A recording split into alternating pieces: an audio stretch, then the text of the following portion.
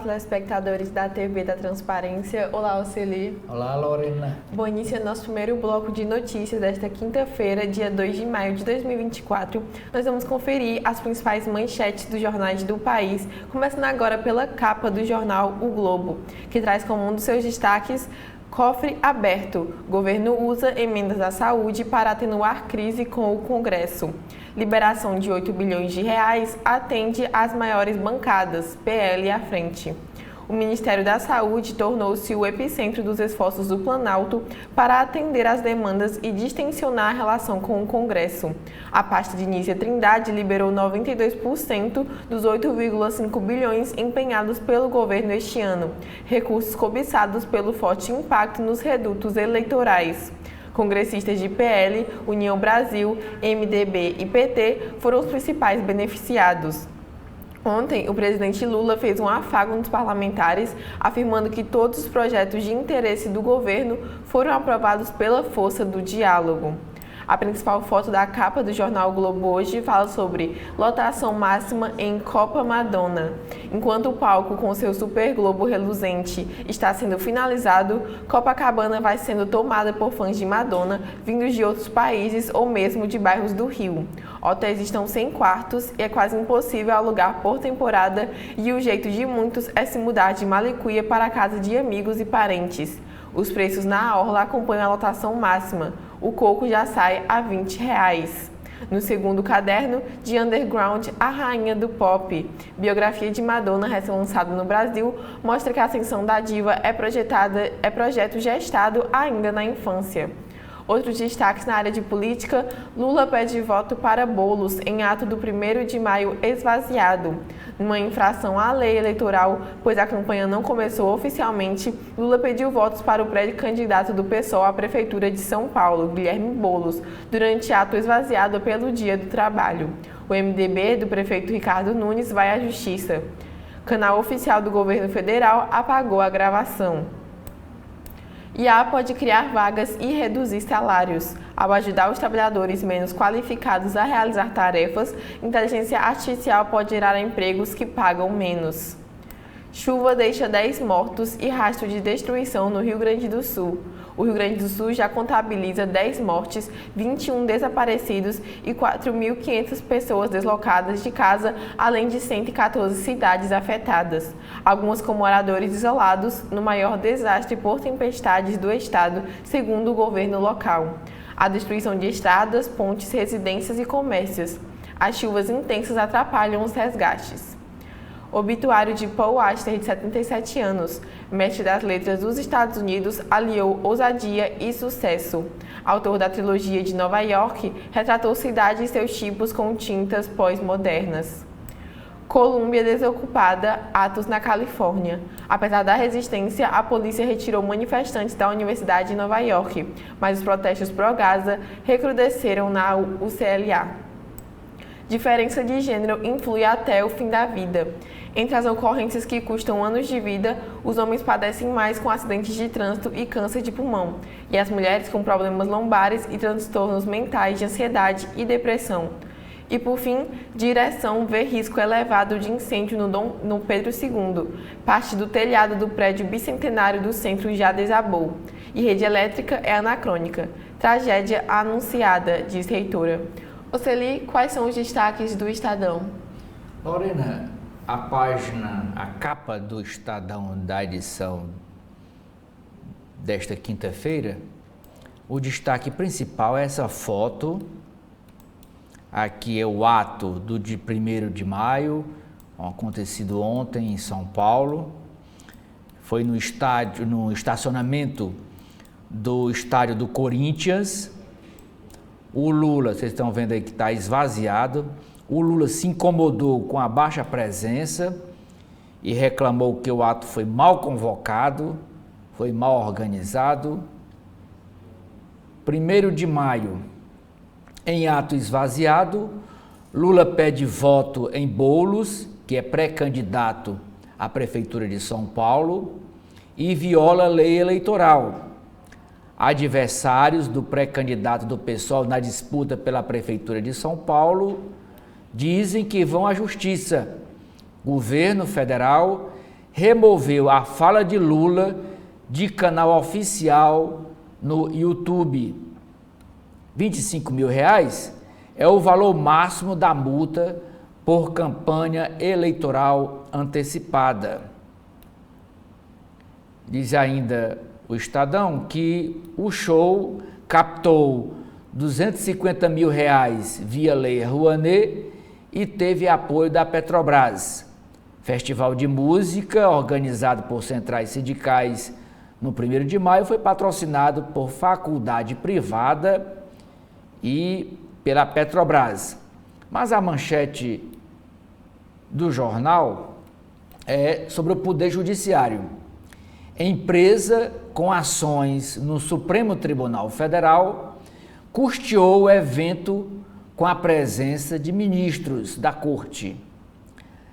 A British American Tobacco Brasil, que é a antiga Souza Cruz, foi uma das patrocinadoras do primeiro Fórum Jurídico Brasil de Ideias, que reuniu ministros do Supremo Tribunal Federal e autoridades do governo Lula, entre outros convidados, no Hotel de Península, em Londres. A empresa tem 2 processos, essa BAT, tem 2 processos na Suprema Corte e é parte interessada em ação relatada pelo ministro Dias Toffoli, que esteve no evento. Alexandre de Moraes e Gilmar Mendes também participaram do fórum, organizado pelo grupo Voto, revela Wesley Galzo. O STF informou que não pagou diárias e nem custeou passagem dos ministros.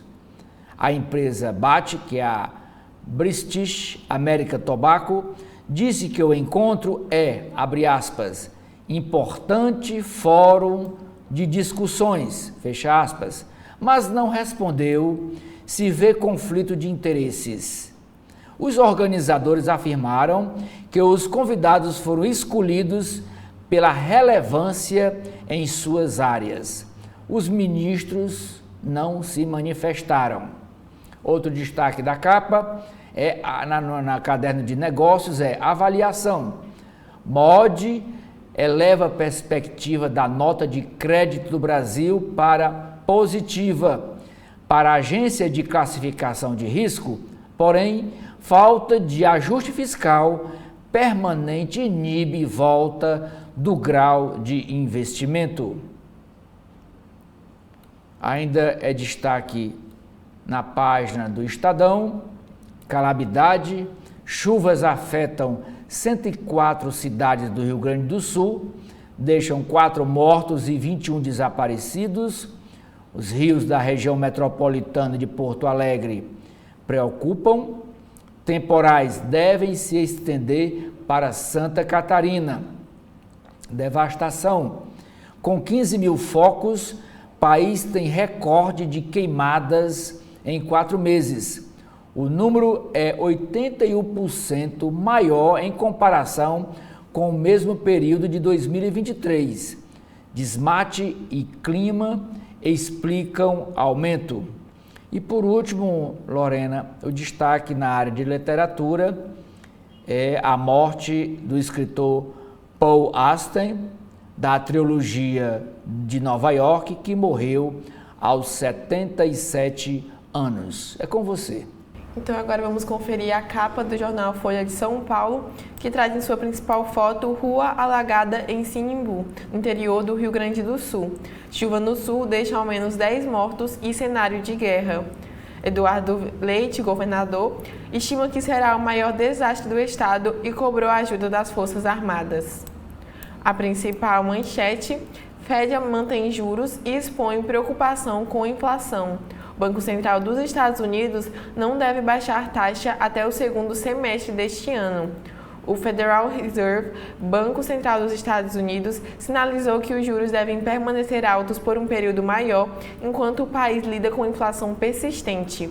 O banco manteve sua taxa de referência entre 5,25% e 5,5%, maior nível em 23 anos atingido em 2023. Em uma mensagem aguardada pelos mercados internacionais, a autoridade monetária anunciou que vai adiar cortes no mínimo até o segundo semestre, diante da avaliação de que não houve progresso adicional nos últimos meses para alcançar a meta de inflação de 2%. O Fed também indicou que não considera novos aumentos nas taxas de juros para contrabalançar a pressão de preços. Afirmou que os riscos para atingir os objetivos conjuntos de pleno emprego e conter a inflação se moveram para um melhor equilíbrio ao longo do último ano. Acho improvável que a próxima mudança seja um aumento nas taxas, afirmou o presidente do Banco Central americano, Jerome Powell. Lula contraria a lei no 1º de maio com campanha para bolos. Em ato esvaziado, o presidente critica em São Paulo a desoneração. Morre Paul Auster, ícone da literatura americana que cortejou Nova York e fatalidades com estilo único. O romancista tinha 77 anos. Turismo. Trem vintage conduz roteiro de luxo até Machu Picchu. Santos oferece bons restaurantes para bate e volta de São Paulo. Ação policial em Colômbia gerou medo, diz brasileiro.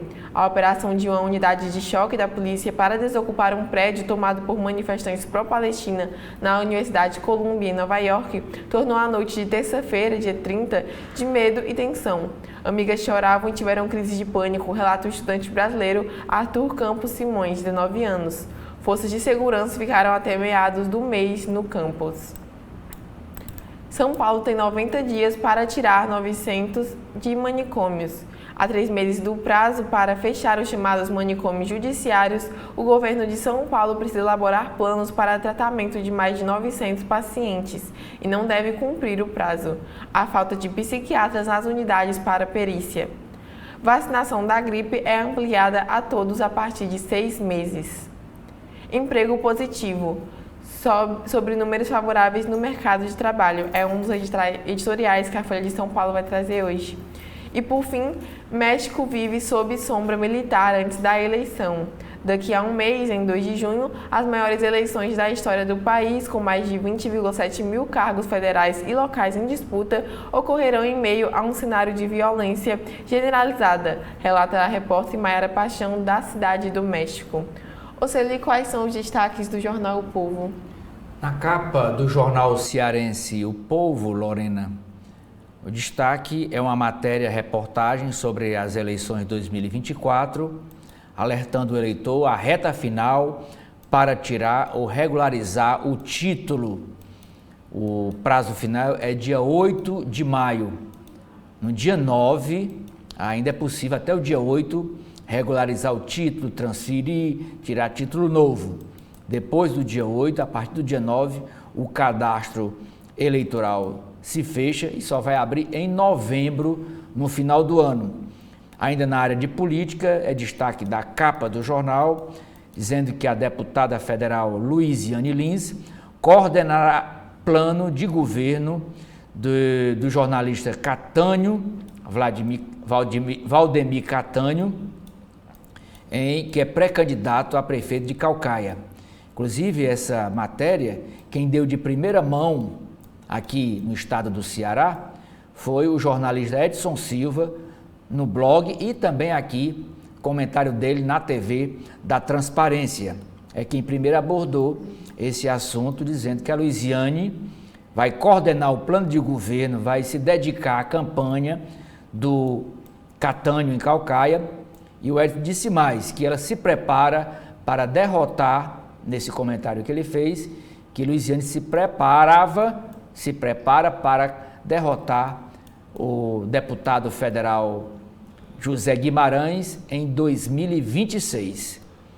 A manchete principal do jornal, Lorena, é sobre segurança pública. Primeiro trimestre de 2024, o Ceará tem média de 4 sequestros relâmpagos por dia. Foram 114 ocorrências registradas entre janeiro e março deste ano. As vítimas são rendidas dentro do próprio veículo e obrigadas a fornecer senhas e fazer transferências bancárias via Pix. Tem duas fotos destacadas. Aqui a primeira é a acessibilidade no mar. Projeto Inclusão Remar promove prática de canoagem na Praia do Náutico, em Fortaleza, para pessoas com deficiências, também chamado de PCDs. E a outra foto é o jogo entre o Ceará e o Vasco, ou entre o Fortaleza e o Vasco. Teve empate, foi ontem à noite na Arena Castelão. Fortaleza fica no 0-0 com o Vasco e decidirá a classificação para as oitavas de final da Copa do Brasil no próximo jogo, que será no Rio de Janeiro. Ainda é destaque da capa, na área de economia, sancionado o reajuste da tabela que amplia a isenção do imposto de renda para a pessoa física, vai para R$ 5.000. Na área de vida e arte, o caderno de cultura, ele traz uma matéria mostrando onde é que tem karaokê em Fortaleza. Conheça locais para quem gosta de soltar a voz. Na área de cidades, o jornal traz uma matéria sobre a manifestação de ontem dos sindicalistas que fizeram um ato pelo Dia do Trabalhador. Na área também de economia, com o avanço da Transnordestina, a cidade de Quixaramobim, no sertão central do Ceará, fecha acordo para a instalação de um porto seco. Lorena. Na capa do Correio Brasiliense, nós temos como alguns destaques as gravações sem autorização. STF decide por 7 votos a 4 que vídeos e áudios clandestinos em locais fechados, sem permissão da Justiça, são provas ilícitas em processo eleitoral. No caso de ambientes externos e públicos, o recurso é válido. Luto. Morte do advogado Juliano Costa Couto causa comoção na comunidade jurídica de Brasília. A entrevista do Correio Brasiliense hoje é com a advogada Tatiana Bonatti Pérez, que analisa a venda de terras no Brasil a estrangeiros. Ronaldo Curado Fleury escreve sobre o grande número de ações na Justiça do Trabalho. As muitas faces de Paul Auster. Celebrado, o norte-americano morreu ontem aos 77 anos e sua obra mesclando ficção e realidade marcou gerações e teve adaptações para o cinema. A principal manchete do Correio Brasiliense hoje, GDF autoriza 8,1 mil vagas em concursos. Ajustes na Lei de Diretrizes Orçamentárias deste ano permitem ao governo do Distrito Federal a contratação de 8.143 servidores aprovados em concursos, concluídos ou a serem realizados. O aumento de pessoal só vai ocorrer, em alguns casos a nomeação já foi feita, se houver recursos. Saúde, educação, segurança e outras áreas serão contempladas. A autorização é requisito para que ocorram as nomeações. Não se pode esquecer da adequação orçamentária, o que é resultado de um conjunto de fatores, como o cenário econômico e a arrecadação, disse ao Correio o secretário da Economia, Ney Ferraz. No 1º de maio, Lula exalta a gestão e desafia a lei eleitoral. Presidente festeja o Dia do Trabalho em São Paulo com anúncio de melhorias, como ampliação da isenção do imposto de renda. Petista bateu bola no estádio do Corinthians, mas reclamou do público pequeno. Em discurso, pediu votos a bolos para prefeito e adversários vão entrar na justiça. Temporal deixa 10 mortos e atinge 114 municípios gaúchos. Governador Eduardo Leite pede ajuda ao governo federal, que já enviou 2 aeronaves da FAB para auxiliar nos resgates. Segundo Leite, este é o pior desastre enfrentado no Rio Grande do Sul, que sofre com a chuva torrencial desde segunda-feira. Mais de 9 mil moradores foram afetados. Há 21 pessoas desaparecidas, 3.416 desalojadas e 1.072 em abrigos. O presidente Lula prometeu visitar o estado hoje. Com projeções do PIB, a agência Moody's eleva para positiva a avaliação da economia brasileira. Conflitos nos Estados Unidos. Violência acirrada nas universidades. Em Los Angeles, grupo pró e contra a guerra em Gaza se enfrentam. Em Nova York, a polícia prende mais de 300 pessoas na retomada do prédio de Colômbia. E por fim, Planaltina. Longa espera para voltar a prédios interditados. 12 famílias e donos de comércio esperam que laudos técnicos permitam a liberação dos edifícios e das casas que têm rachaduras. Defesa Civil e bombeiros mantêm a área isolada. Oceli, quais são os destaques do Valor Econômico? Capa do Valor Econômico da edição desta quinta-feira. Madonna. Em clima de Réveillon, Prefeitura do Rio estima que show da cantora vai movimentar quase 300 milhões de reais. Só o cachê cobrado pela cantora foi de 17 milhões. Inflação. A persistência de um câmbio mais desvalorizado pode elevar preços, dizem economistas. Obituário. Paul Auster, referência da literatura contemporânea, morre aos 77 anos. A manchete principal da capa do Valor Econômico diz: empresas endividadas passam por nova fase de negociação com gestoras de crise. Companhias tentam obter mais recursos, refinanciamento e alongamento de obrigações contraídas a taxas mais altas depois do caso das lojas americanas em 2023. Banco Central dos Estados Unidos mantém juros inalterados pela sexta vez seguida. Moody's eleva a perspectiva de resting do Brasil. Tem aqui uma entrevista especial com o Nobel de Economia Joseph Stiglitz. Os Estados Unidos, diz ele, não previram um rival como a China. Mesmo sem subsídio, ela, a China, abre aspas, poderia vencer a concorrência simplesmente em razão da escala de sua economia e do número de engenheiros que tem.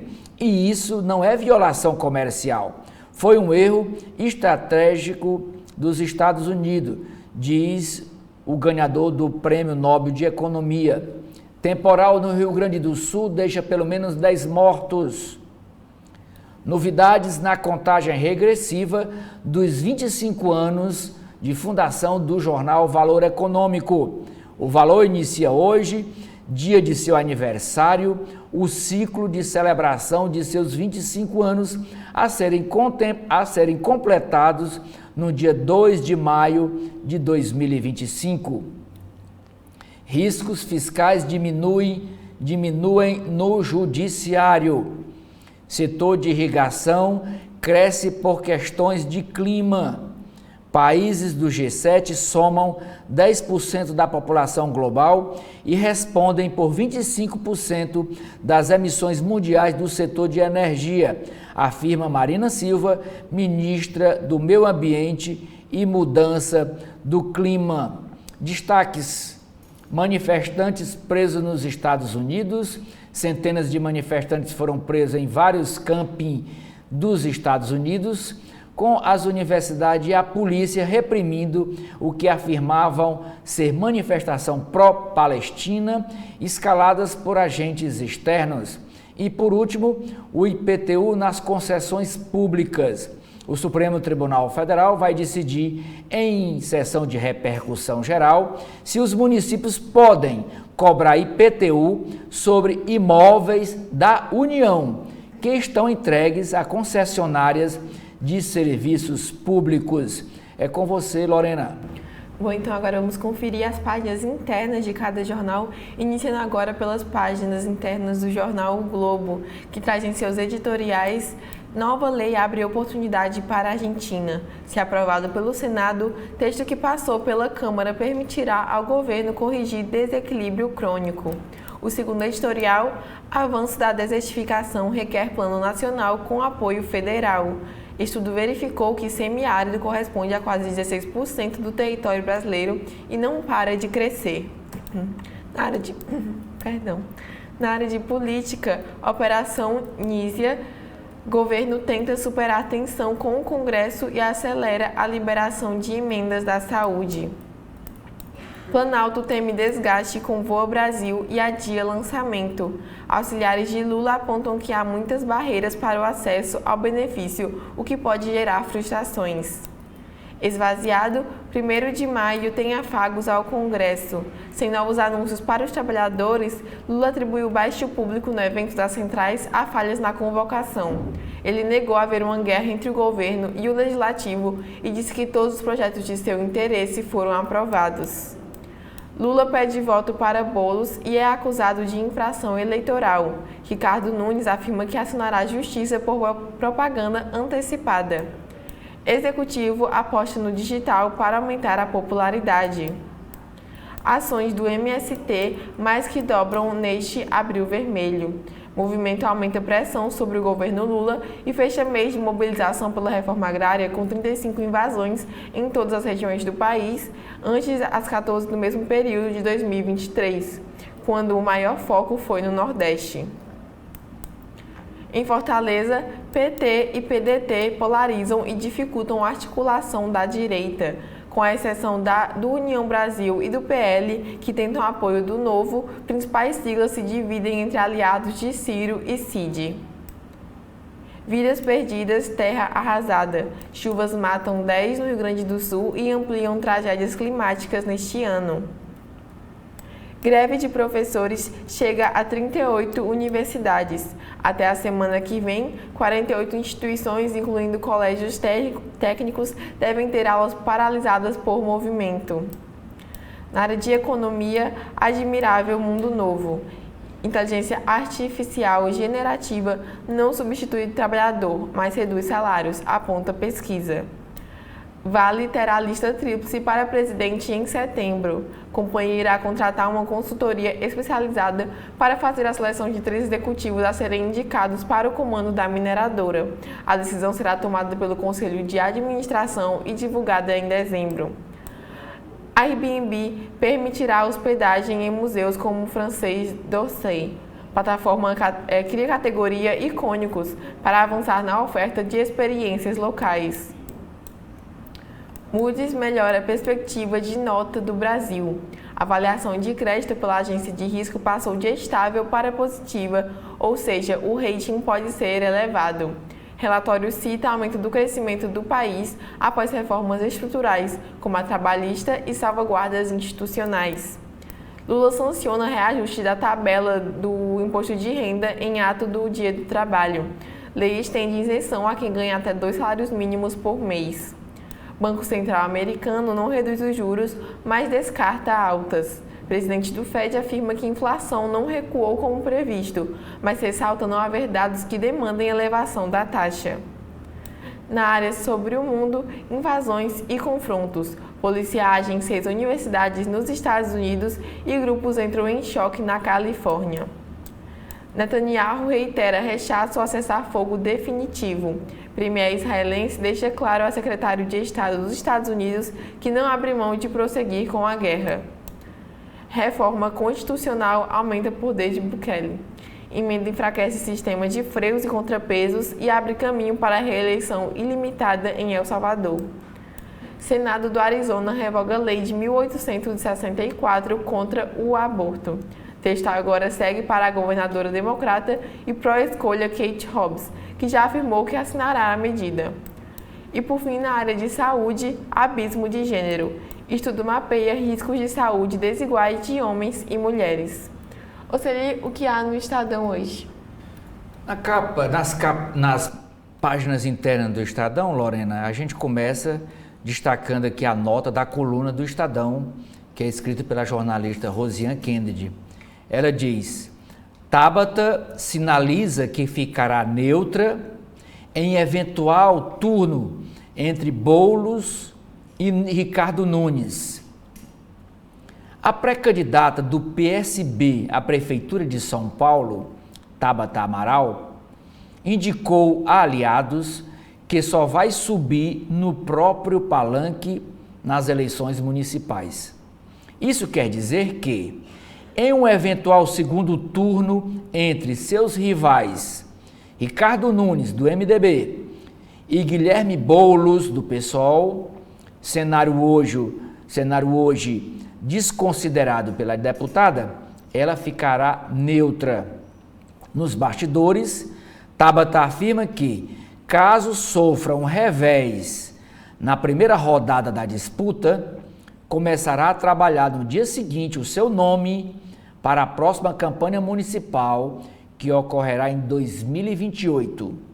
A sinalização da pré-candidata do PSB abre caminho para formalizar a aliança com o PSDB, que pode levar a vice, que pode indicar a vice. Como revelou a coluna, a promessa de neutralidade de Tabata, se ela estiver fora do páreo, é uma das condições para que os tucanos a apoiem. Outra nota em destaque da coluna do Estadão é sobre aqui o nosso vizinho estado do Piauí, que diz o seguinte: ex-governador do Piauí, o ministro do Desenvolvimento Social, Wellington Dias, negocia uma visita do presidente Lula a Teresina. A aposta do PT é que uma atenção especial do Planalto à capital do Piauí daria um empurrão necessário para o partido vencer a corrida à prefeitura local pela primeira vez. Nas páginas de editoriais, o primeiro nós temos um reticente voto de confiança. A agência Moody's melhora perspectiva da nota de crédito do país, mas destaca dependência de receitas e baixa capacidade do governo para cortar gastos, como risco à retomada do grau de investimento. O segundo editorial é sobre um tema internacional. O extremismo universitário mostra sua face. No ISEUA, ativistas que sempre reprimiram a liberdade de expressão de outros agora se dizem reprimidos. Mas nem as universidades, nem a Constituição admitem a violência como expressão. Nas páginas de artigos, Roberto Macedo, o economista Roberto Macedo, escreve: Pacheco, que é o Rodrigo Pacheco, presidente do Senado, e os quinquênios para juízes e promotores. Diz ele: o altíssimo salário inicial de juízes e promotores também está entre os supersalários que o presidente do Senado critica. O outro artigo é do jornalista Eugênio Bussi, Comissão Parlamentar de Intimidação.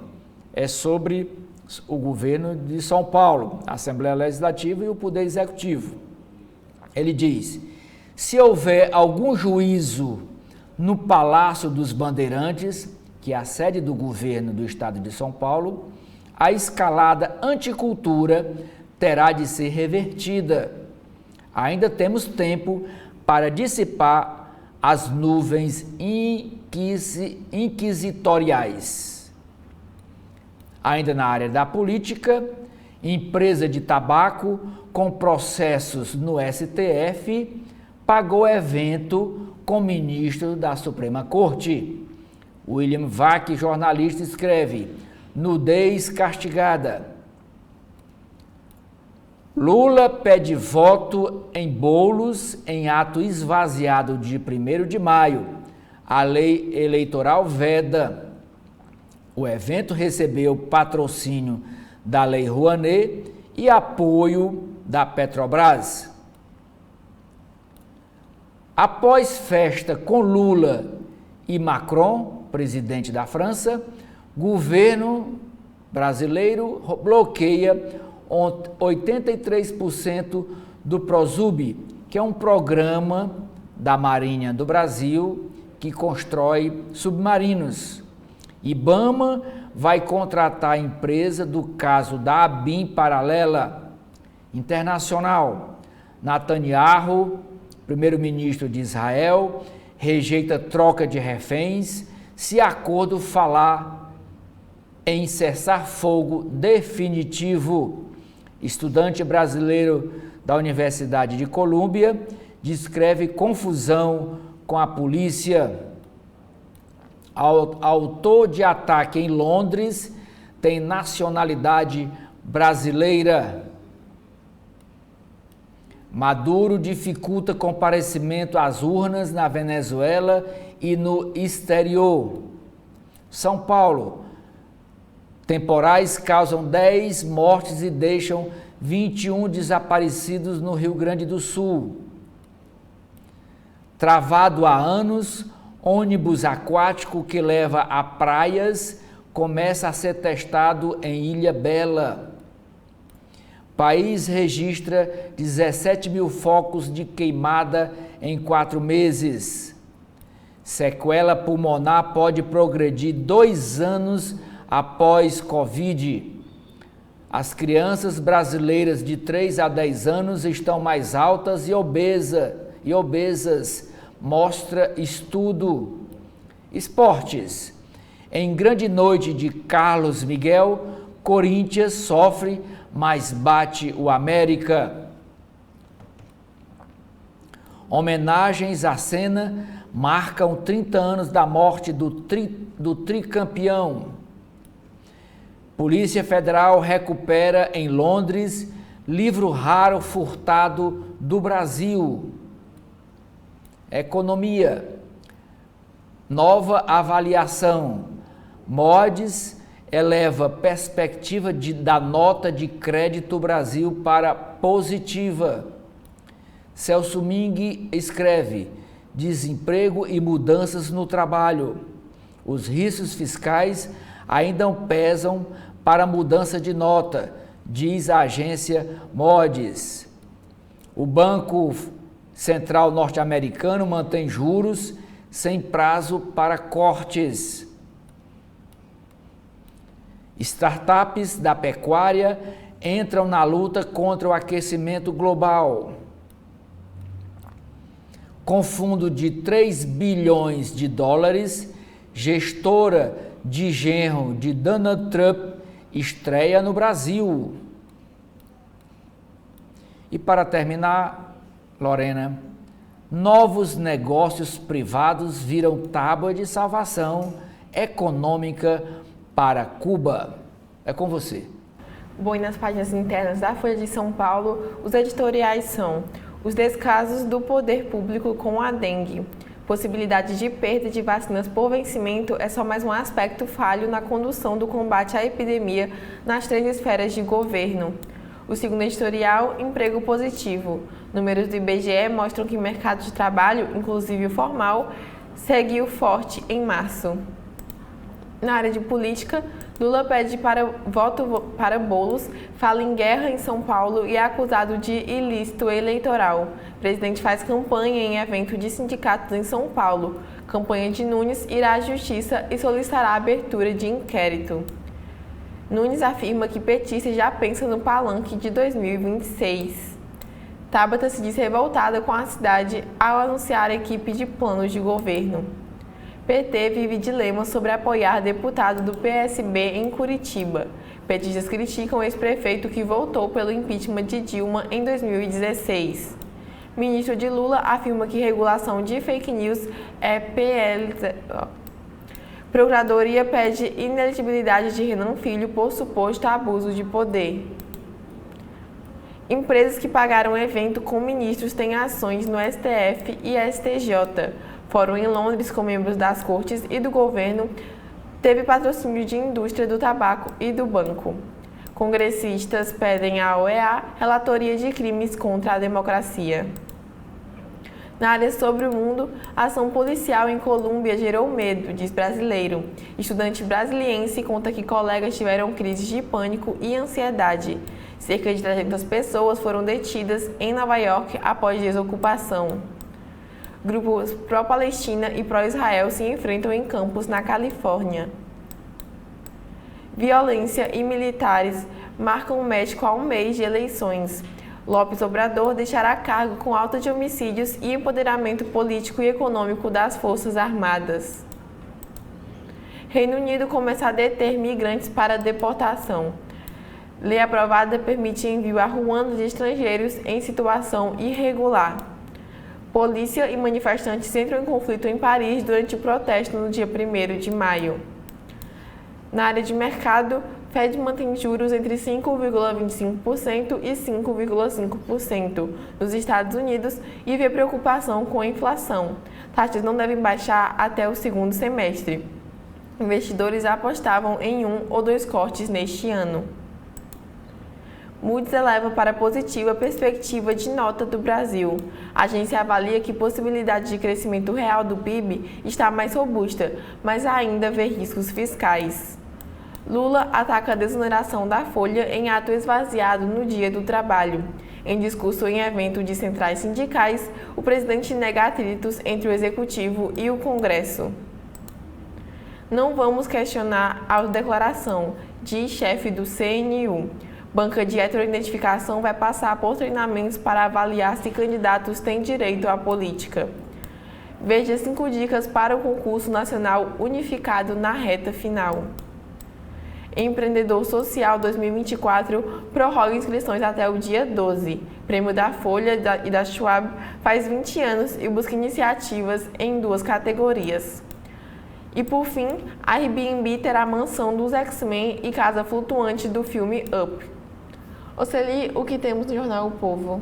Nas páginas internas do jornal O Povo, Lorena e internautas, nós temos aqui a coluna vertical, cuja nota principal diz sobre a proposta do governador Eumano de Freitas para os professores das universidades federais. Os professores da UES, Universidade Estadual do Ceará, vão se reunir hoje à tarde para avaliar essa proposta que o governador fez. Amanhã será a vez dos professores da Universidade Regional do Cariri, a URCA, e na segunda-feira será a vez dos professores da Universidade Vale do Acaraú, a UVA, também se reunirem e avaliar a proposta do governador e decidirem se mantém ou não a greve que se arrasta mais de um mês. Também é destaque na coluna vertical, que é escrita pelo jornalista Carlos Maza, essa foto aqui do prefeito de Fortaleza, José Sarto. José Sarto na Rádio Povo CBN. Ciclo de entrevistas da Rádio Povo CBN com os pré-candidatos à Prefeitura de Fortaleza continua hoje às 10 horas.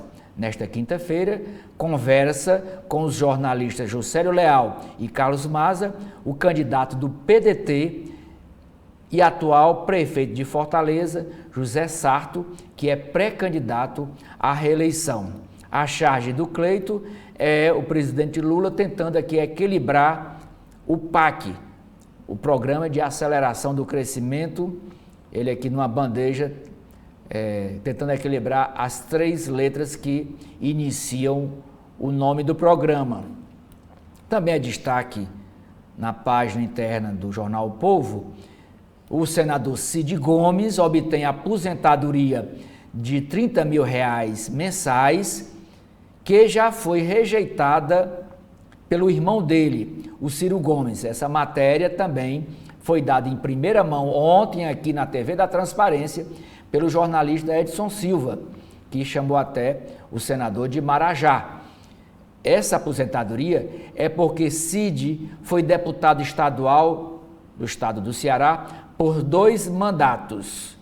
E o irmão dele, Ciro, ex-governador, ex-deputado estadual, ex-ministro, não recebe essa aposentadoria porque, segundo Ciro, ela é um benefício imoral. Bom, Ayrton Senna é homenageado por fãs, pilotos e times e equipes da Fórmula 1. Ontem, o piloto morreu no dia 1º de maio de 94, num acidente automobilístico na Itália, em Imola. O Valdones, o cantor sanfoneiro Valdones aqui do Ceará, de Fortaleza, fez um salto de paraquedas em homenagem a Ayrton Senna. Antes de pular de paraquedas, ele gravou um vídeo tocando aquela música vitória que era característica quando Ayrton Senna disputava as corridas de Fórmula 1. A reportagem especial é alertando sobre o prazo final para o eleitor tirar o título. Falta uma semana para tirar ou regularizar o título de eleitor. E o destaque é que Juazeiro do Norte está prestes a atingir a meta para ter, potencialmente, um segundo turno nas eleições municipais. Hoje, faltam 2.200 eleitores para Juazeiro do Norte completar os 200 mil votantes. Ele completando esse número, 200 mil, Juazeiro do Norte tem potencialmente a capacidade de realizar segundo turno nas eleições municipais de próximo dia 6 de outubro. Ainda na política, a deputada federal Luiziane Lins coordenará o programa de governo de Catânio, que é pré-candidato à Prefeitura de Caucaia, uma matéria dada em primeira mão também aqui pela TV da Transparência, nos comentários de Edson Silva, que ele virá agora depois da leitura das manchetes dos jornais nacionais e locais. A outra matéria é sobre um vereador de Fortaleza, que após reclamar de falta de obras, Adail mostra ações no bairro dele, que é o bairro Antônio Bezerra. Ele voltou atrás, disse que não tinha nenhuma obra para mostrar da prefeitura no bairro de Antônio Bezerra. Aí depois que conversou aqui com a prefeitura, o Adail agora está mostrando as obras que a prefeitura fez no bairro. O Henrique Araújo, na sua coluna, escreve sobre essa questão da Luiziane Lins de apoiar a candidatura, a pré-candidatura de Catânio e Caucaia, e com isso esvazia a presença dela em Fortaleza na campanha do pré-candidato Evandro Leitão. O Érico Firme escreve acerto de contas com o passado colonial. Ele fala da escravidão, ele fala de Portugal e do presidente de Portugal pedindo desculpa pela escravidão que realizou no Brasil. Lula faz pedido de votos para bolos em ato. Adversários prometem ir à justiça eleitoral. Sancionada a lei que amplia a isenção do imposto de renda, em ato com as centrais sindicais, pelo Dia do Trabalhador, o presidente Lula reafirmou que até 2026 vai estender a isenção do imposto para quem ganha até R$5.000. Acordo por instalação de Porto Seco atrai novas empresas para o município de Quixaramubim. Café da manhã ESG no Povo conectará pessoas, projetos e empresas nas áreas ambiental e de governança. Sequestros relâmpagos crescem com Pix e Ceará registra 4 casos por dia. Centrais sindicais fazem manifestação pelo Dia do Trabalhador em Fortaleza. O interessante é que, pela primeira vez, geralmente as centrais sindicais realizavam os atos no centro de Fortaleza, ali pela Praça do Ferreira, pela Praça José de Alencar e pela Praça da Bandeira. Desta vez, ontem, a manifestação foi realizada em frente da Universidade Federal, da Universidade Estadual do Ceará, que fica no campus do Itaperi, no bairro da Serrinha. Ceará tem terceiro mês com mais de 200 milímetros de chuva e o que não ocorria desde 2009. O editorial do jornal O Povo falando da queda do desemprego no Ceará. E por último, Lorena, é a capa do caderno de esporte, empate em casa. faltou bola na rede. Fortaleza desperdiça muitas chances, fica no 0-0 com o Vasco e decidirá a classificação no próximo jogo no Rio de Janeiro. É com você. Agora vamos conferir as páginas internas do jornal Correio Brasiliense, que traz em sua editoria de política: Lula pede voto para Boulos em São Paulo e Nunes vai à Justiça. Durante o ato, no 1º de maio, o presidente fez campanha antecipada, o que é vedado ao pedir união de eleitores do PT em prol da eleição do líder do MTST. Em discurso, o petista também elogiou ministros e sancionou lei que reajusta a tabela do imposto de renda. Brizolistas avançam em recriação do PTB 6 décadas depois. Também na área de política, histórico punitivo no Conselho de Ética. Relatora do caso Brazão votou a favor de rigor em ações contra 6 bolsonaristas, mas para salvar aliados, fez acordo em processo sobre Eduardo Bolsonaro. Jaque Rocha, do PT Espírito Santo, deputada estadual, afirmou: nós estamos efetivamente cansadas de ter que lidar com as gracinhas, com as ofensas e muitas vezes com os debates que são colocados de maneira irônica, mas que dentro deste processo de ironias contém transfobia, racismo e violências sistemáticas. Pacheco convoca debate sobre dívidas de municípios. O presidente do Senado afirmou: nós respeitamos a última palavra do STF, seja ela qual for, mas isso não significa que o judiciário possa, a partir disso, não reconhecer as dificuldades que têm os municípios. Na coluna Nas Entrelinhas, por Luiz Carlos Azevedo, Lula rouba a cena e faz do 1º de maio um palanque eleitoral. Também na área de política, operação volta aos holofotes. Julgamento envolvendo a criação de entidade para gerir fundo de R$ 2 bilhões recuperados pela Justiça será retomado no dia 21 e coloca as polêmicas na investigação de volta ao debate público. Isso é sobre a Operação Lava Jato. Chuva forte no Rio Grande do Sul deixa pelo menos 10 mortos. O governador gaúcho Eduardo Leite, do PSDB, pede ajuda ao governo federal e afirma que tragédia atingiu 114 cidades e já é pior do que a anterior. O presidente Lula marcou para hoje visitar o estado, que ainda tem 21 desaparecidos. Falta de recursos é recorrente. Enchente em Encantado, no Rio Grande do Sul, ontem, que aparece na imagem. Mais de 19 mil habitantes foram afetados pelas chuvas e, desse total, 3.416 ficaram desabrigados. Ministério da Saúde amplia a vacinação contra a gripe. E, por fim, na área de economia, classificação de risco. Brasil mais perto do melhor nível.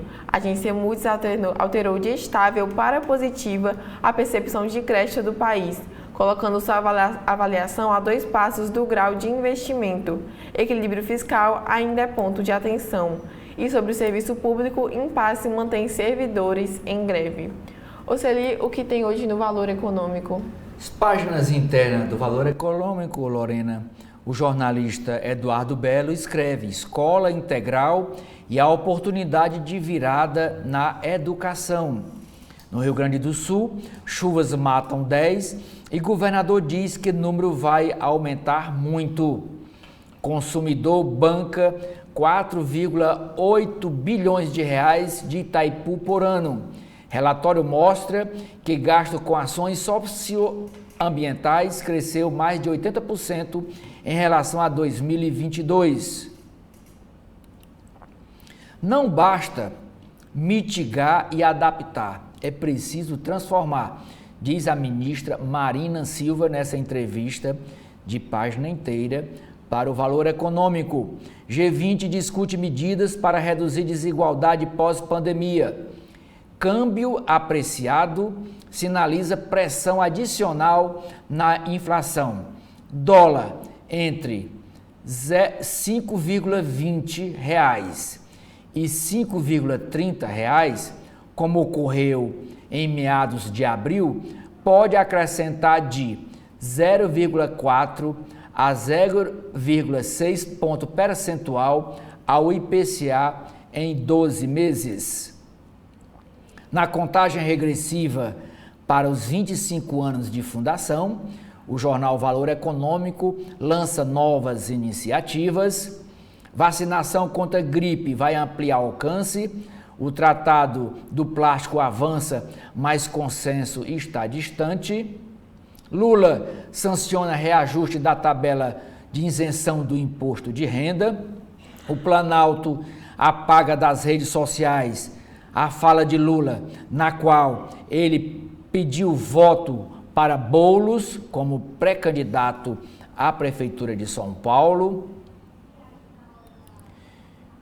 A jornalista Maria Cristina Fernandes escreve: a sombra para Lula veio do capital. Estados insistem em manter regime de substituição tributária. Os municípios travam batalha em torno do comitê gestor. Rebeldes estendem ataques ao Oceano Índico. China intensifica esforços para ampliar negócios com latino-americanos.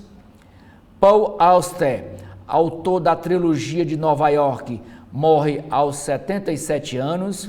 Centenas de manifestantes são presos em vários campi nas universidades dos Estados Unidos. O editorial do jornal Valor Econômico desta quinta-feira tem o título Política do FED, que é o Banco Central Norte-Americano, constrange a dos demais bancos centrais. Riscos e prejuízos no controle de preço dos combustíveis, pouco espaço para novos ajustes, escreve Nilson Teixeira. Uma década perdida para os mais pobres, escreve Martin Wolff. Os Estados Unidos não anteciparam um rival como a China, diz o Prêmio Nobel de Economia Joseph Stiglitz.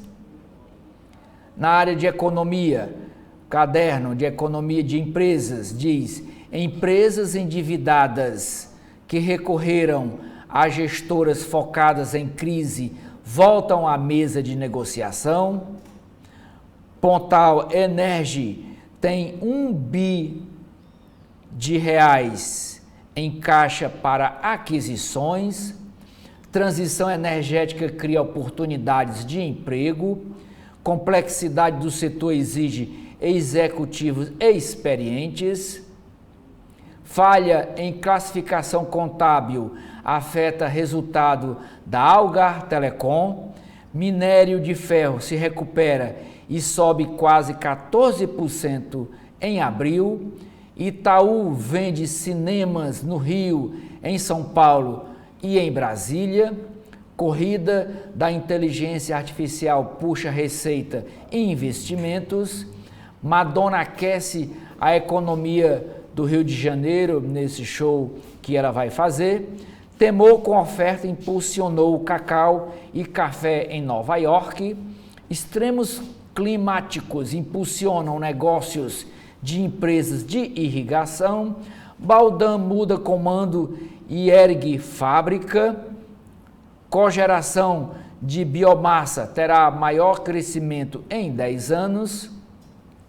Paul tira do radar riscos de alta de juros. É preciso pensar no que a política monetária é capaz. Taxas de títulos do Tesouro Americano caem. Eleições nos Estados Unidos pode reduzir janela para cortes do Banco Central norte-americano. Regulação dos Estados Unidos revisa regras de capital. Poupador com renda mais alta migra para CDB e letras de créditos isentas. E para terminar, Lorena, é a capa do jornal, do caderno Legislação, do jornal Valor Econômico, diz que governo reduz riscos fiscais no judiciário. Projeto da LDO de 2025 traz valor de 3,601 trilhões de reais ante 3,758 trilhões no fim de 2022. É com você.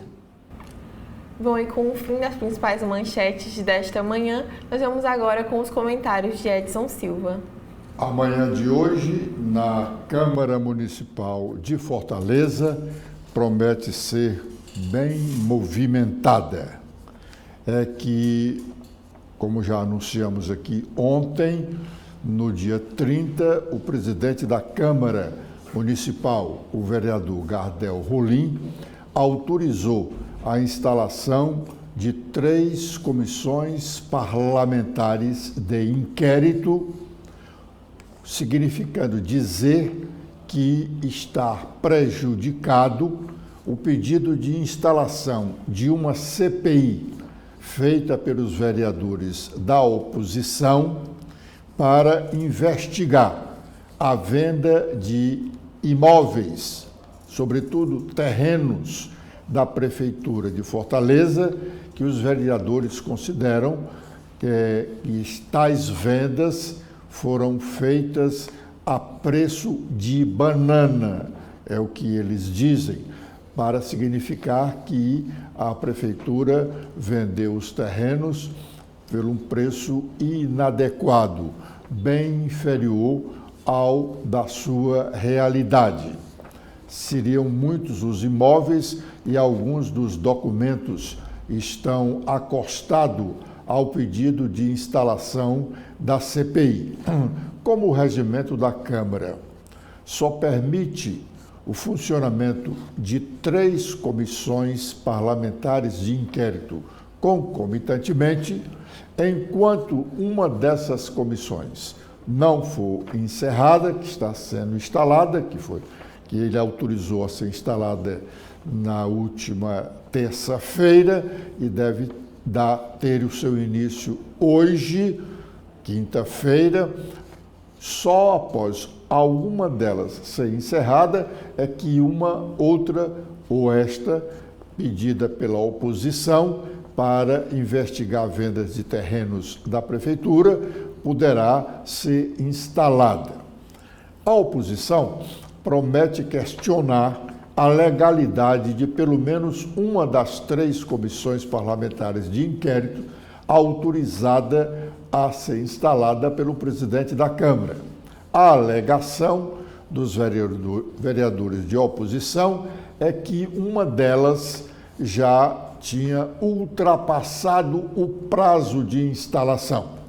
O regimento da Câmara estabelece um prazo de 60 dias para instalar ou não uma comissão parlamentar de inquérito, e uma delas já teria ultrapassado este prazo de 60 dias, portanto, não poderia mais ser instalada. Isso vai ser a alegação da oposição para defenestrar uma dessas 3 CPIs instaladas a funcionar. Mas, mesmo que funcionem as 3, uma é realmente explosiva. É uma CPI que quer investigar a atuação da CAGES. A CAGES, embora seja uma empresa que esteja sendo administrada atualmente pelo governo do Estado, ela é uma empresa municipal. É que a Prefeitura deu uma concessão para o Estado para explorar a distribuição de águas no município de Fortaleza por um período de 30 anos, para permitir que a CAGES, naquela época, a Prefeitura e o governo do Estado eram aliados. Naquela época, o governo do Estado, de posse da administração da CAGES, poderia contratar alguns milhões de dólares para o saneamento de Fortaleza e, por extensão, de alguns outros municípios do estado do Ceará. Essa CPI, como disse o prefeito José Sarto aqui numa entrevista à TV da Transparência recentemente, essa concessão essa concessão dada pela Prefeitura, o Estado pode ser revista. O prefeito admitiu a possibilidade de denunciar o contrato, o que significa dizer de sustar esta concessão. Não se sabe o imbróglio que dará a partir daí e se ele realmente fará. Mas, de qualquer forma, esta comissão parlamentar de inquérito, já autorizada a ser instalada, ela é realmente muito mais do que as outras explosiva. O Dia do Trabalho, comemorado com o feriado nacional de ontem, motivou o discurso do presidente Lula numa concentração em São Paulo, em que ele ressaltou as políticas do seu governo em benefício dos trabalhadores. Vamos ouvir.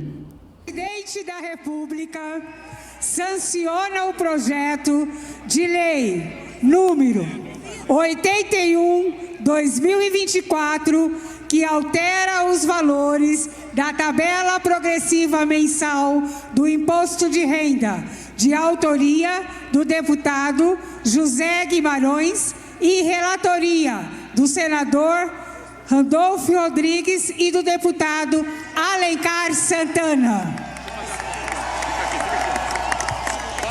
Assina também o decreto de promulgação do convênio e recomendação sobre o trabalho decente para as trabalhadoras e os trabalhadores domésticos.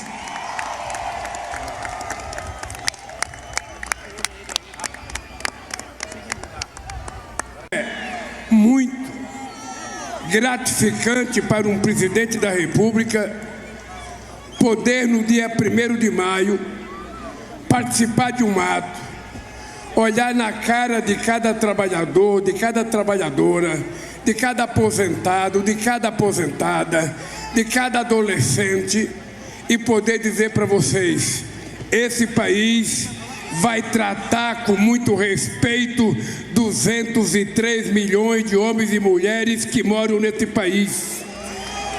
A economia brasileira já voltou a crescer, o salário já voltou a crescer, o imposto de renda eu prometi para vocês que até o final do meu mandato, até R$5 mil, as pessoas não pagarão imposto de renda. E estou dizendo para vocês, a palavra continua em pé. A partir de hoje, quem ganha R$ 2.864 paga 0 de imposto de renda e nós vamos chegar a 5 mil. O que é importante é que a inflação está caindo. O que é importante é que o aumento está acontecendo. O que é importante é que a indústria voltou a investir no Brasil. Só a indústria automobilística anunciou para o Alckmin e para mim na Anfávia investimento de 129 bilhões de reais, o que não acontecia há mais de 40 anos nesse país. Se vocês acompanharem a imprensa todo dia, dá a impressão que tem uma guerra entre o governo e o Congresso Nacional. Vocês sabem que a minha bancada, a chamada bancada progressista que me elegeu nas eleições, a gente não chega a 140 deputados de 513. Mas eu quero fazer um reconhecimento. É que nós fizemos alianças políticas para governar. E até hoje, presta atenção, até hoje, todos os projetos que nós mandamos para o Congresso foram aprovados de acordo com os interesses de que o governo queria. E isso por competência dos ministros, por competência dos deputados que aprenderam a conversar ao invés de se odiar. E é assim que a gente vai fazer, assim que a gente vai construir. Foi assim que nós fizemos pela primeira vez, no momento de democracia, a reforma tributária, em que a gente vai despenalizar as pessoas de classe média que pagam muito e fazer com que o muito rico pague um pouco de imposto de renda nesse país, porque só o pobre que paga. Bom, o O presidente fez esse elogio geral ao Congresso Nacional. Ele precisa realmente de fazer alguns afagos ao Senado e à Câmara dos Deputados. Ele, nesse evento lá de São Paulo, ele falou bastante de política, bastante de política. Continua elogiando o Congresso Nacional, o Senado e Câmara dos Deputados, mas acabou dando uma estocadazinha no presidente da Câmara, Arthur Lira, quando ele destaca a importância do trabalho do seu homem da área política, o ministro Padilha, que é desafeto do presidente da Câmara, o deputado Arthur Lira. Também nessa fala de política, ele elogia e pede votos para o seu candidato a prefeito de São Paulo, Guilherme Boulos, e isso já está movimentando a Justiça Eleitoral com representação contra o presidente, que, segundo os adversários, ou o atual prefeito de São Paulo, o presidente estava fazendo campanha antecipadamente, campanha eleitoral antecipadamente. E isto não é permitido pela legislação eleitoral. Mas vamos ouvir a parte que o presidente dá a estocada no presidente da Câmara, Arthur Lira. Eu quero dizer para vocês que esse homem aqui tem o cargo mais difícil do governo, que é o cargo de conversar com 513 deputados e 81 senadores. E todo dia vocês veem uma crítica a ele, mas a crítica é pelas coisas boas que ele faz para o governo, não é pelas coisas ruins. Então o Padilha é um ministro muito especial na nossa vida.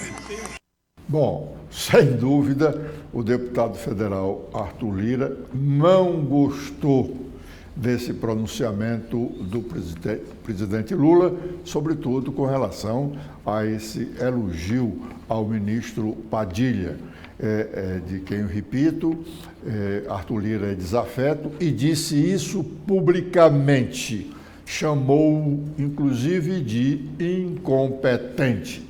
E o presidente aproveitou essa oportunidade deste grande evento em São Paulo para dar esta estocada no presidente da Câmara dos Deputados.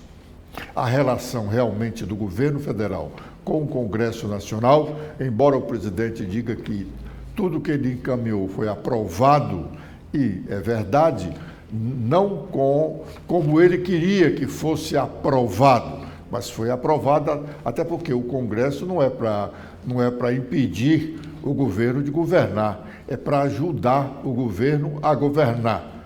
Mas a relação não está nada amistosa, sobretudo agora. Com a Câmara é mais uma questão de ordem pessoal, com o presidente da Casa, o deputado Arthur Lira. Com o Senado, a questão agora é realmente institucional.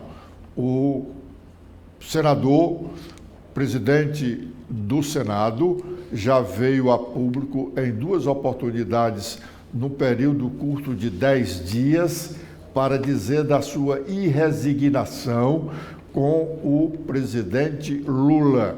Sobretudo agora, no episódio de que o governo Lula foi ao Supremo Tribunal Federal para pedir que o Supremo considere inconstitucional uma lei de interesse, compromisso do presidente do Senado, que era exonerar, ou que é exonerar, a folha de pagamento das prefeituras do Brasil e de 17 grandes empresas empregadoras no país. No Tribunal Superior Eleitoral aconteceu um seminário denominado de Democracia, Assédio Eleitoral e Liberdade de Escolha. Um recado da Justiça Eleitoral para os grandes empregadores que quase sempre, nas proximidades dos dias de votação, levam os seus candidatos preferidos a contactarem diretamente com os trabalhadores no próprio local de trabalho, o que é considerado ilegal pela Justiça Eleitoral e, sem dúvida, gera um constrangimento aos trabalhadores ter que parar o seu serviço ali para ouvir o candidato do dono da empresa, do seu patrão. É, de fato, um constrangimento e esse seminário foi uma advertência a esses grandes empregadores do Brasil. Ao final do encontro, falaram a ministra Carmen Lúcia, que é a vice-presidente do TSE, e o atual presidente, que está se despedindo do cargo, Alexandre de Moraes. Vamos ouvi-los. Eventos como esse, que são importantíssimos para que a gente se reúna, conversa sobre os principais temas, e para a Justiça Eleitoral, para o Ministério Público, para os advogados, mas principalmente para os cidadãos, porque é do que a gente conseguir reunir e formar consensos que a gente vai conseguir, talvez, dar uma resposta na parte administrativa e também na parte jurisdicional desempenhada pela Justiça Eleitoral brasileira. E, por isso, como disse o ministro Floriano agora, e disse antes na intervenção da manhã, é que nós temos, então, as normas infralegais que são expedidas, e neste ano eu entendi por bem, na formulação das resoluções, que nem ficassem os ilícitos junto com propaganda, para que fizesse um contorno mais atualizado de tudo que nós vivemos nas eleições de 2020 e 2022, em que nós tivemos, por exemplo, no caso específico do tema assédio eleitoral, números muito marcantes e muito melancólicos do desempenho de particulares contra a liberdade de escolha, com a atuação do Ministério Público do Trabalho e do Ministério Público Eleitoral, muito mais contundente do que precisamos ter em outras ocasiões. Daí a importância desses encontros, para que a gente chegue a esses consensos, tendo em vista, principalmente, o que é o nosso objetivo: garantir que o cidadão tenha liberdade de escolha, tenha confiança em que a escolha que ele fizer livremente será devidamente apurado, o que for apurado será proclamado, o que for proclamado como resultado será executado, será cumprido. Há nada mais importante na democracia do que garantir a periodicidade das eleições, mas das eleições com liberdade de escolha do eleitor e da eleitora. O Tribunal Superior Eleitoral, na minha gestão, que já está quase acabando, o Tribunal Superior Eleitoral vem se dedicando exatamente a reforçar a liberdade, a reforçar que a liberdade de escolha dos eleitores, das eleitoras, seja respeitada. E, lamentavelmente, o que nós verificamos de tempos para cá, não só no Brasil, no mundo, o que nós verificamos é que esse novo populismo extremista que surgiu, ele pretende atacar a liberdade de escolha do eleitorado, tanto de forma moderna, com a desinformação, com as notícias fraudulentas, como revivendo fórmulas antigas, que todos nós achávamos há algum tempo já superadas. E uma dessas fórmulas antigas é exatamente o assédio eleitoral. Nós nunca, nas eleições recentes, tivemos tantos casos de assédio eleitoral como nas eleições passadas, nas eleições de 2022. O que fez com que o Dr. José de Lima, o procurador-geral nos procurasse e já, para as eleições passadas, assinássemos um termo de atuação, também junto com a Procuradoria-Geral Eleitoral, para coibir essas hipóteses lamentáveis de tentativa e direcionamento da liberdade do eleitor. E aqui de forma truculenta. Nós tivemos recentemente julgamento num caso da Prefeitura de Brusque, onde se mostrava a fórmula truculenta do assédio eleitoral.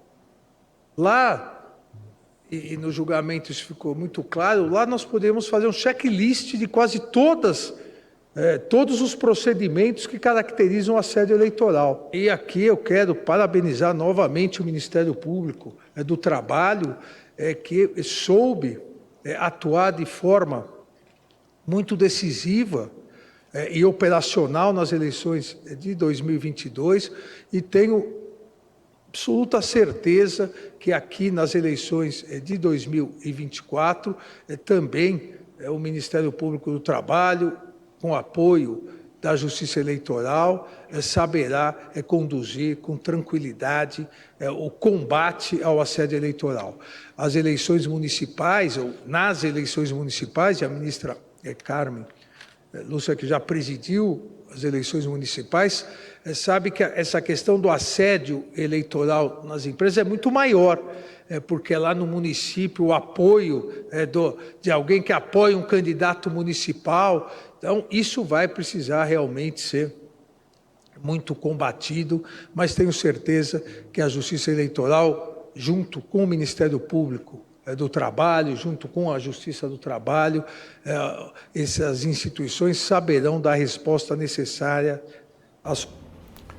Bom, qual o tamanho da base de apoio ao governo Eumano de Freitas, concluído o processo eleitoral deste ano, em outubro deste ano, quer no primeiro turno, no primeiro domingo de outubro, quer no segundo em alguns municípios, ou alguns dos dois municípios, não se sabe ainda se Juazeiro terá ou não o segundo turno, mas Fortaleza e Caucaia terão sim 2 turnos.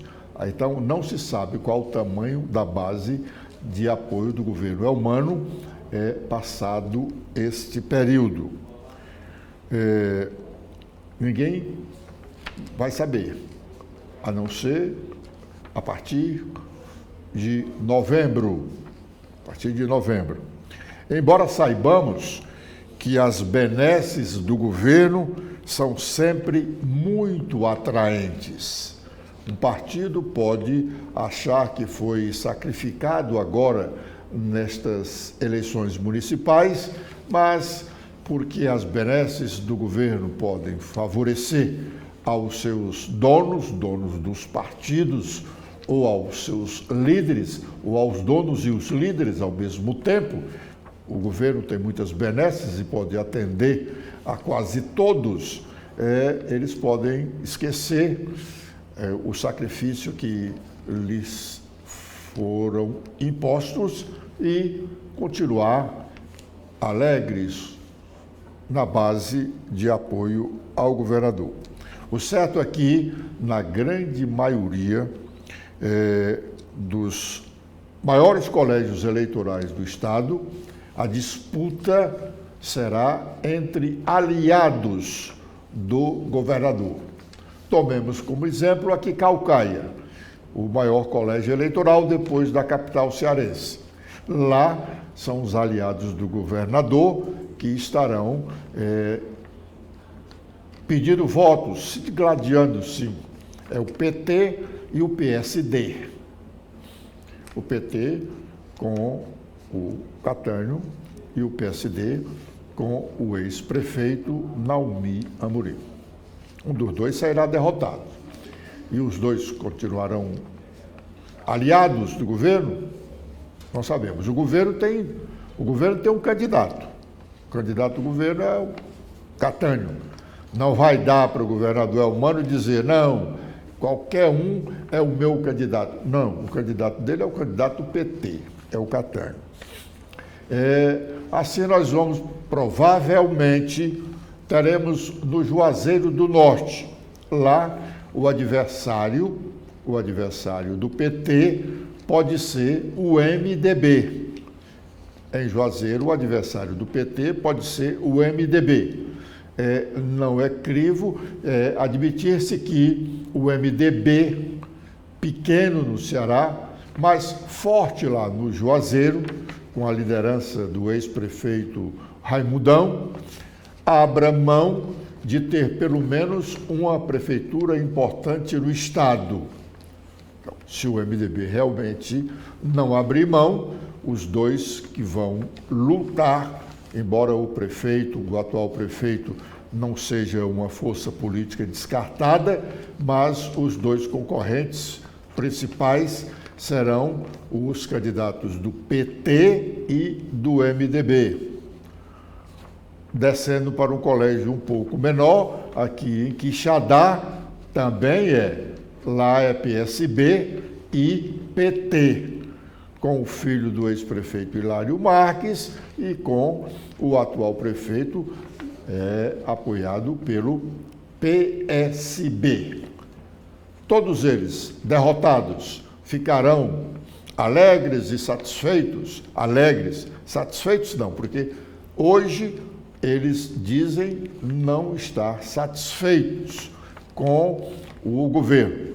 O governo tem prometido, mas não tem entregue aos seus aliados. É comum ouvirmos no plenário e corredores da Assembleia deputados do governo pedindo off, falando do tratamento que recebe da administração estadual. De promessa, dizem eles, estamos fartos, mas essas promessas não são cumpridas. Com esta observação, nós estamos encerrando a nossa participação no primeiro bloco de notícias desta manhã, aqui na TV da Transparências. Convido-os a continuar conosco. Já já teremos mais informações.